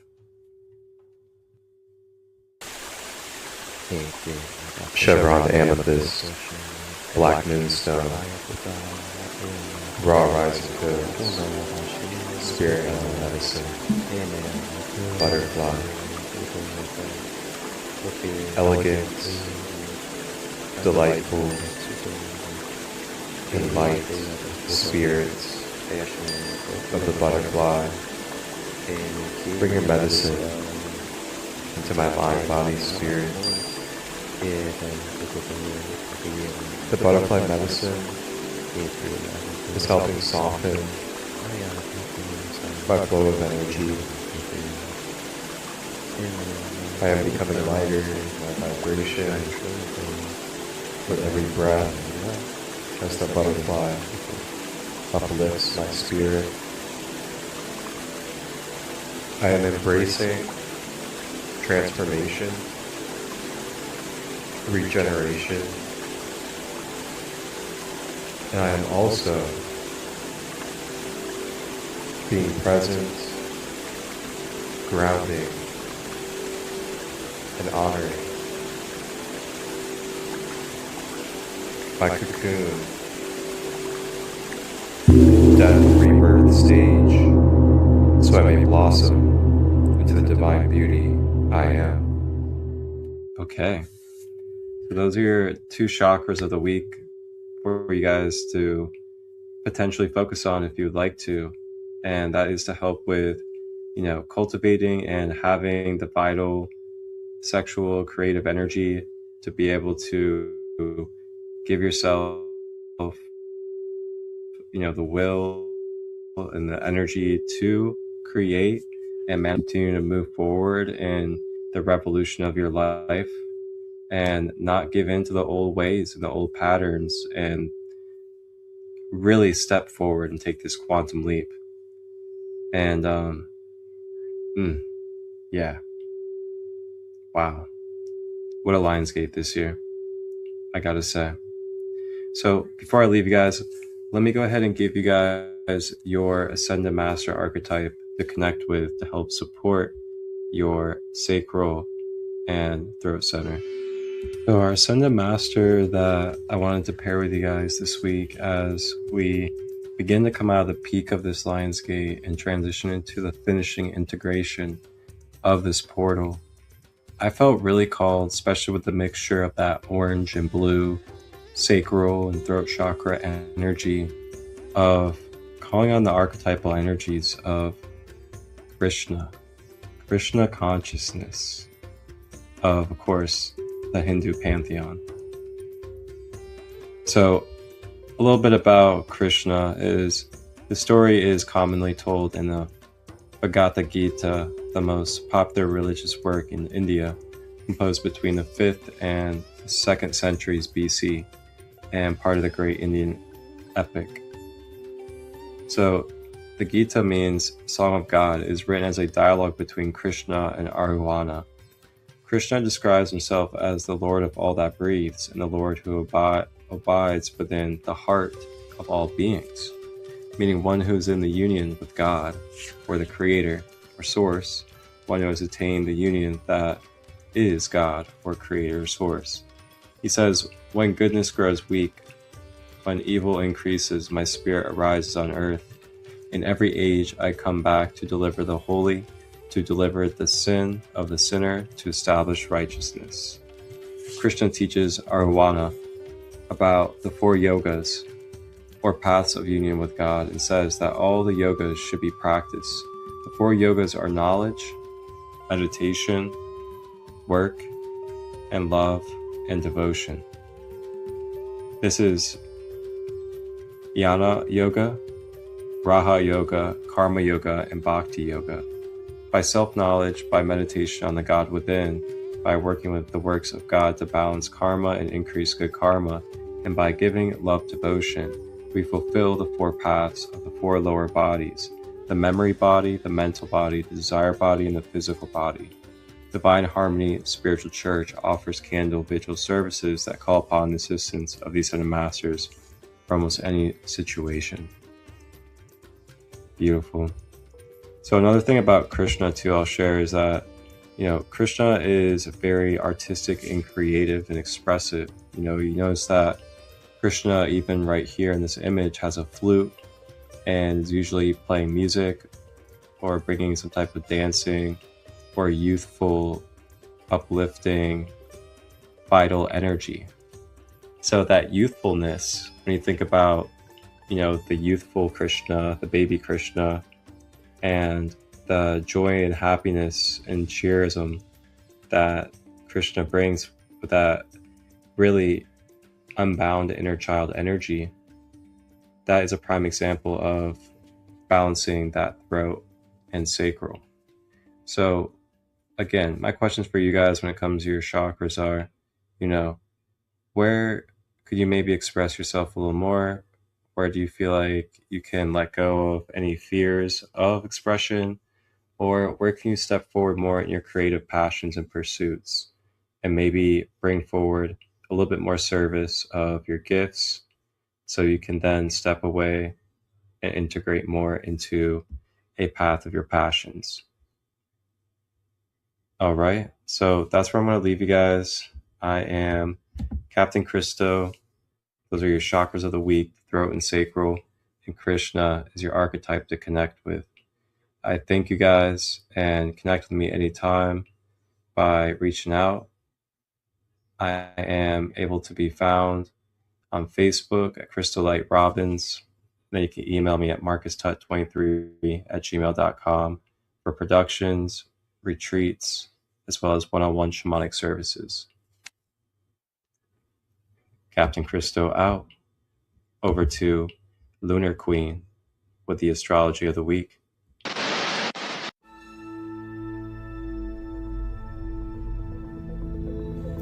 Thank you, Galactic News. Hi guys, I'm Allie, LunarQueen, some call me, and I have the astrological forecast for this upcoming week. So today, as you guys know, this is the peak of the Lion's Gate, the 8-8 portal, 8 for abundance. Leo, the sun loves being in Leo. This is a great time. A lot of things being illuminated for us, and I know you guys are seeing it. I know you guys are hearing the news. It's been crazy. Also, you guys may have seen that Saturn is now retrograding. What that means is everything that you have learned may be testing you right now, especially if you're in Aries, Libra, Cancer, or Capricorn placement. You're going to be feeling this energy, especially if you've been dealing with karmic contracts over this last year, repaying any karma. Anything that you've repaid may be coming right back and asking you if you really learned the lesson, if you're ready to move on. Are you? Also, this week coming up on Wednesday, August the 12th, we have a total solar eclipse, which is going to be visible over there in Europe, in Greenland. And not only is it a solar eclipse, it's a total solar eclipse, and it's happening at sunset. So they're going to catch it during that golden hour. If you're over there in Europe, you're going to have the best views. It's strong, prominent solar energy with that beautiful moon energy as well. Feel free to get your telescope out or whatever's safe. I don't think telescopes are safe during a solar eclipse, so just go check on that first. But get whatever you need, your goggles, to check out that solar eclipse. Also, guys, we have a planetary parade happening all this week, but especially on Wednesday. So we're going to have the Sun, Moon, Mercury, and Jupiter all in Leo. Okay, let me pause right here because I don't want you guys to get a planetary parade mixed up with a stellium or all of them being in the same sign. So what a parade is that they're just going to all kind of be prancing through the sky around the same time. Unfortunately for us, we're probably not going to be able to see too much of it because it's going to be above the horizon parading with the sun. But it's still really cool because we have a lot of energies above the horizon. We're going to be feeling this throughout our day, especially that Jupiter and Sun conjunction. I hope you guys have been using this energy to your benefit and manifesting everything that you guys are wanting right now. Whether it be releases or attractions, anything that you want. This may come to you when you manifest. This may come to you in the form of an idea or actual physical gifts from the universe. But if you get the ideas, write them down. Okay?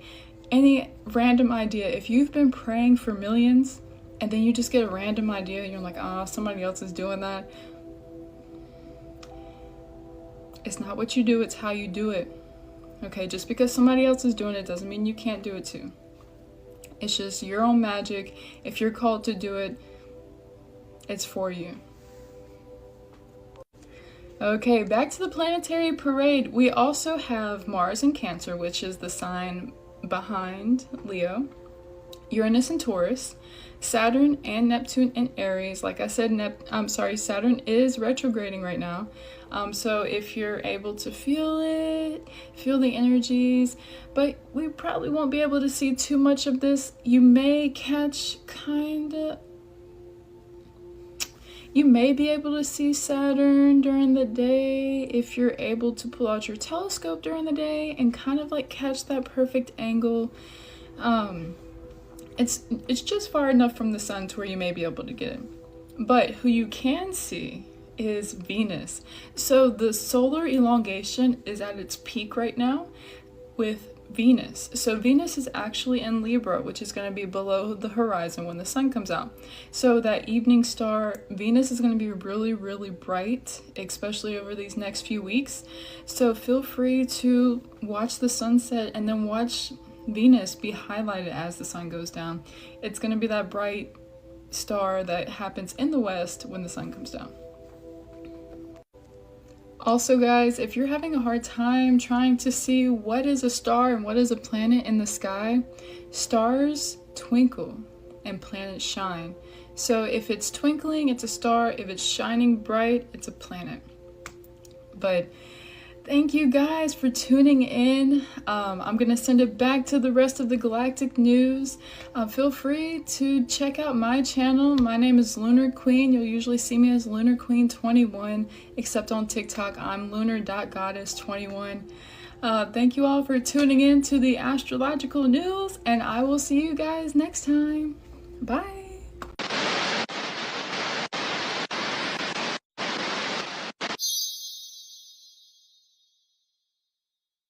Hello beautiful souls and welcome. I am Mystic Missy, and today we are stepping into a profound space to talk about who I am, what I stand for, and the sacred architecture of the legacy that I'm building here. When you look at my work, whether it's through my main plush relationships business or all of my other creative endeavors, it all stems from a single unshakable truth. The biggest mystery in this entire universe is ourselves. That profound truth is precisely why I do what I do. We are not here by some accident or whatever other lies we have been taught or forced to believe. We are living lineages, the conscious continuation of ancient bloodlines, cosmic templates, and deep historical roots that stretch far beyond the modern world. As I sit right here at the threshold of the powerful 888 Lionsgate portal, the messages that I am channeled are coming straight through from the ancestors, and the galactic beings couldn't be more urgent or vital. They want us to truly know where we actually come from. And because we all carry indigenous ancestors within our blood and bones, we are called right now to connect with them, to unearth our true history, and to find out who we were and who we truly are. The Lionsgate codes are opening a massive gateway for this exact ancestral remembrance. It's clearing out old timelines so we can step fully into our sovereign power. You can read the full breakdown of my own personal lineage and history from what I have uncovered so far.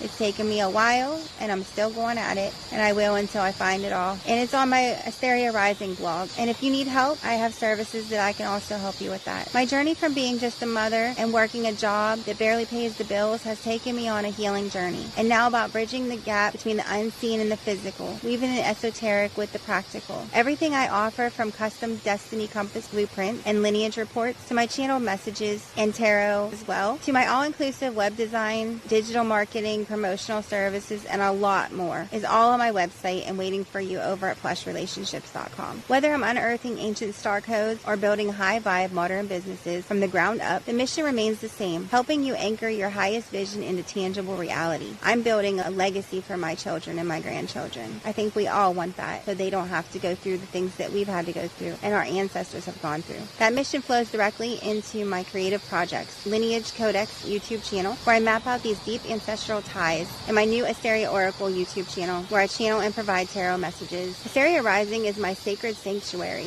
for cosmic alignment, ancient history, esoteric mapping, and deep soul remembrance. It is where I explore the architecture of the cosmos, the forgotten pantheon, the wisdom of the Mayans and Mabon, the sovereign spirit of the Amazons, and the deep frequencies of the Anunnaki beings. Asteria Rising is where I do the deep dive, historical research, and trace our cosmic ancestry. And whenever you are looking for channel messages, oracle guidance, or deep spiritual reflections straight from the beings, including my upcoming Lionsgate transmissions, you can check them out all out on my YouTube channel or my website. A major shout out goes to this incredible community at Sacred Kingdom, holding this high vibrational space with me as I anchor these massive shifts. It's been life-changing. My creative expression also translates directly into how I relate to others here in the physical realm. That brings me to my Married with Superpowers, the relationship-focused baby podcast and YouTube channel that I co-host with my husband, Cricket the Gift. If Asteria Rising looks upward to the cosmos, Married with Superpowers looks inward and outward at the raw, beautiful, real-time dynamics of partnership, family, and building a life side by side. It's about navigating the superpowers it takes to maintain a conscious, thriving relationship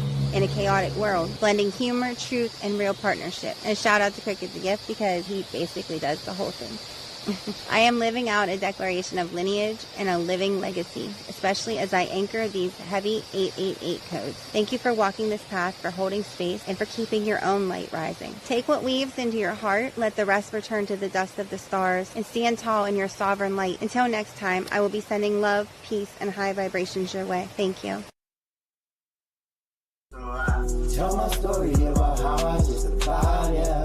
I'm schizophrenic, but my demons never lie, yeah. Need to break free from this mental civil warfare. Fighting the system ain't as easy as you think, yeah. Welcome back to the foolishness, y'all. Let's start with the truth. Marriage will have you sleeping next to the person you love most, while secretly wondering if they need prayer, supervision, or a nighttime ankle monitor. Because nothing exposes character faster than bedtime. In the daytime, it's Baby I Love You. By 3 a.m., Yin's got survival mode, accusations, and one blanket, looking like protected federal evidence. Folks think cheating breaks trust. Nah. Wake up cold enough one time while your partner wrapped up peaceful like a smug little caterpillar with no remorse, and suddenly vows start feeling like polite suggestions. And men always swear they're the victims. Whole time y'all done rolled yourselves up like a deluxe burrito with entitlement, audacity, and zero home training.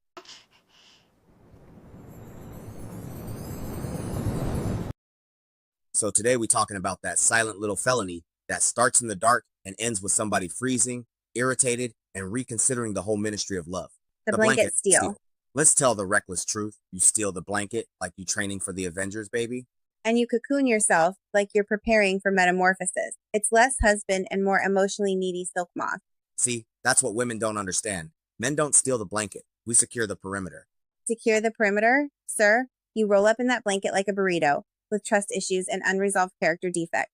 Because every man know the danger. You fall asleep comfortable, blessed, covered in peace, then wake up at 3:17 in the morning fighting for your life with one ankle out here catching hell. Seriously?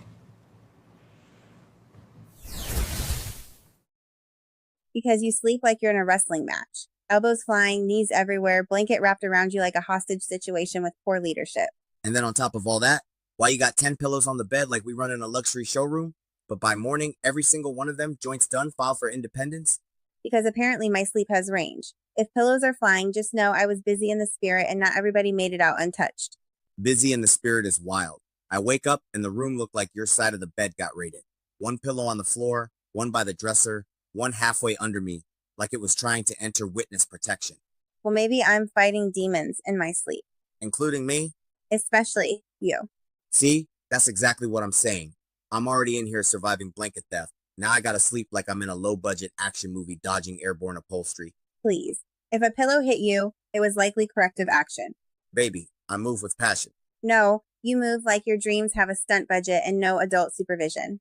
And you sleep cold on purpose. Women go to bed already plotting. Feet cold as a mug, spirit full of schemes. Whole soul set on violating a man's peace.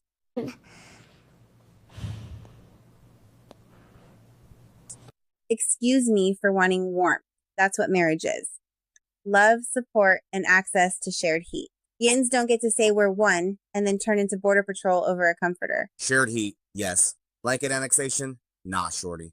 See, men always love saying shared until sharing becomes mildly inconvenient. No, I believe in sharing. I just don't believe in waking up dressed like a Victorian orphan because you done took 83% of the blanket and left me out here looking like Tiny Tim with trauma. 83% is crazy. Why do men always invent statistics when they're losing? The math gets louder the weaker the argument is. Because the numbers matter. At 10 p.m., we equals. By 2 a.m., I got a napkin, a prayer, and a testimony. And somehow you still got the nerve to be snoring like you personally financed the blanket. Man. Snoring is not ownership. That's exhaustion from surviving the night.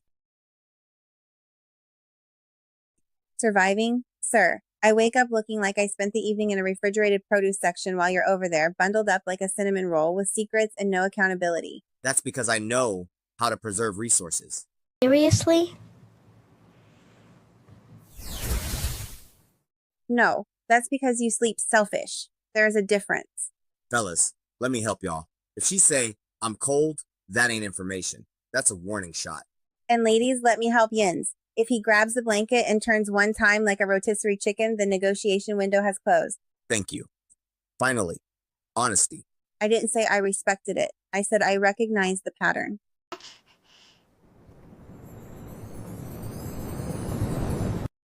Marriage will humble you. You spend your whole life looking for your person, then find out your soulmate is a nighttime pirate with elite hand speed and a demon-fighting pillow ministry.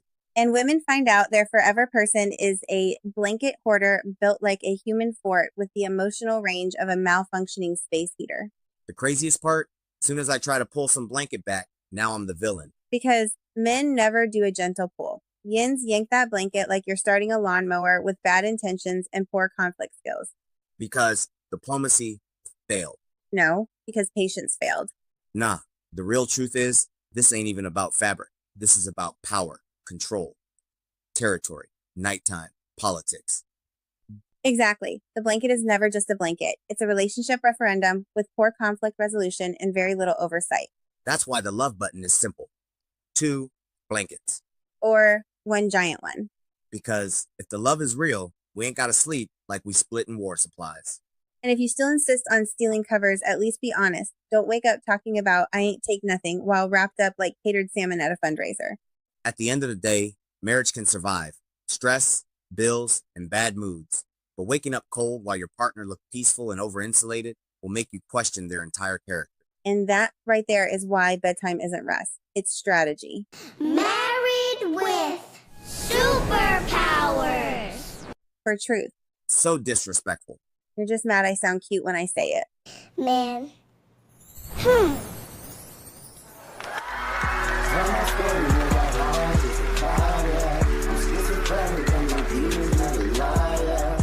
Break free from this mental civil warfare. Fighting the system ain't as easy as you think.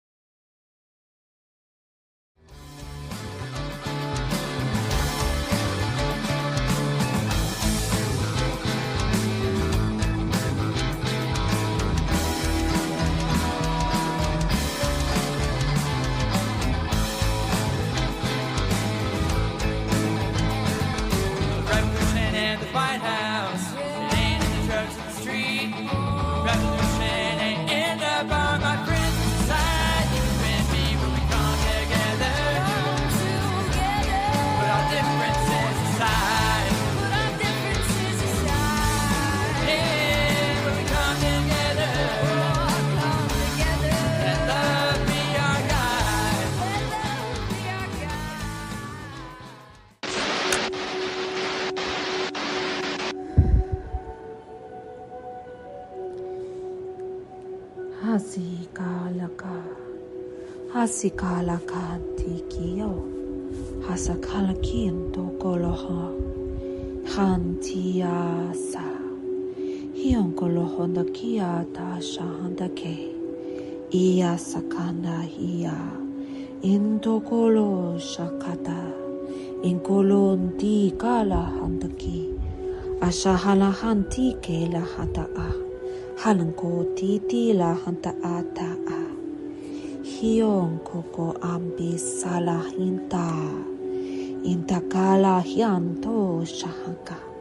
Hikokola kari toto alaka. Ioloshinto kata. Hiyon toko ota alantiki. Iokolan tikia la hanti yoshonloko. Hakala hia tolo hondatia. Hata io lo hondatia aya sa handakia ala. Io loko olo onata. Io lo ondakia la handato. Io shankari tia antakia la handakia la ha. Io sho asi. Asi kala handaki. Ala handatio lo hosa'a. Hasa'a asaha ta. Hio kolo ondakia ala asa asa'a. Hia shankata I. Hola handakio sha apati. Io tototo olapatata. Io tototo olapatati toko. Io tokala andakia sa. Ia sa ala kata iantaka e. Hia shahandio solo oso ati. Io kolo ondakari ia shantio lo hondataya handa aya soko o sokola antakia ho shantaka ai. Hion toto la hatateti. Hio lo honkakale hia satatati io lo toto. In toto la hantateti tata ala hantakia ta a. Ia shantea handa. Ia shantio ho lo handaka. Ia shontia lo hontaka la hai. Ian to la handaki. Io toto. Ia ta ia toto. I tata ia la hantakia la hante. Ia sahalo honti. Io sohola hanti ia ka. Ia sahalaki lo hontakale. Into kolo ontakia ata ia anti kikiki. Ion toko koko alanta tati ia kakai. Titi te antali ia to hoshantaka.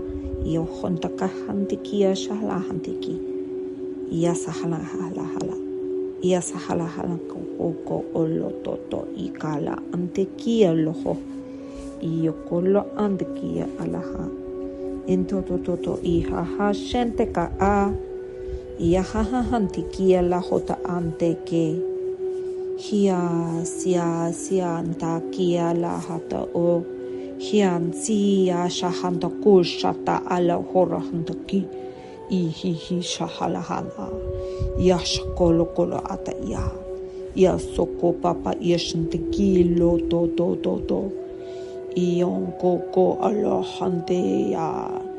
Io kolonti kalito ti shankatata a. Io to ontoko ola antakia hantia. Antia hondakia shantia la. Ia soko ola ti o toto antakia a ati. Ia kolo handakia sa handaki. Hiantakala hola handakia la hase e. En so ola handakio toto. Ia handakio lo handakia sha ati ti. O tata ala handati.